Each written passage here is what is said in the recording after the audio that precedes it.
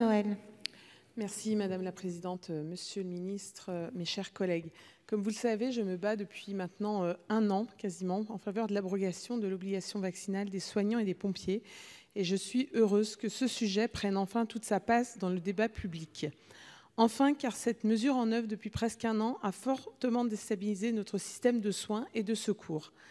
Face à certains qui tentent de minimiser les chiffres, évoquant que les soignants suspendus ne représenteraient que 0,53% de nos effectifs de santé, que les pompiers suspendus ne représenteraient que 2% des effectifs, il convient une bonne fois pour toutes de rétablir la vérité sur ces chiffres très fortement sous-estimés, qui ne prennent pas en compte tous les soignants qui ont démissionné de la fonction publique, tous ceux qui ont demandé une mise en disponibilité, tous les professionnels libéraux, les médecins généralistes, les sages-femmes, les kinés, qui ne relèvent pas de la fonction publique hospitalière et qui ne sont donc pas suspendus, ils sont interdits d'exercice.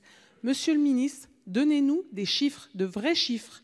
Alors que notre hôpital est à l'agonie, alors que la France brûle au sens propre comme au sens figuré, nous nous payons le luxe aujourd'hui de nous passer de milliers de soignants et de pompiers qui ont juste voulu exercer leur libre choix, comme n'importe quel Français, à l'égard d'un vaccin qui ne protège ni de la contamination, ni de la transmission du virus.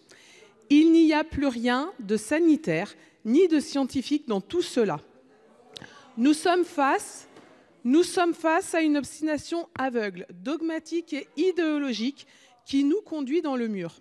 Monsieur le rapporteur, dans ces conditions, permettez-moi de juger, même si je me réjouis de votre amendement, que votre amendement traitant de ce sujet est beaucoup trop timide. Vous laissez une nouvelle fois la main au gouvernement pour procéder à cette réintégration lorsque les conditions seront réunies.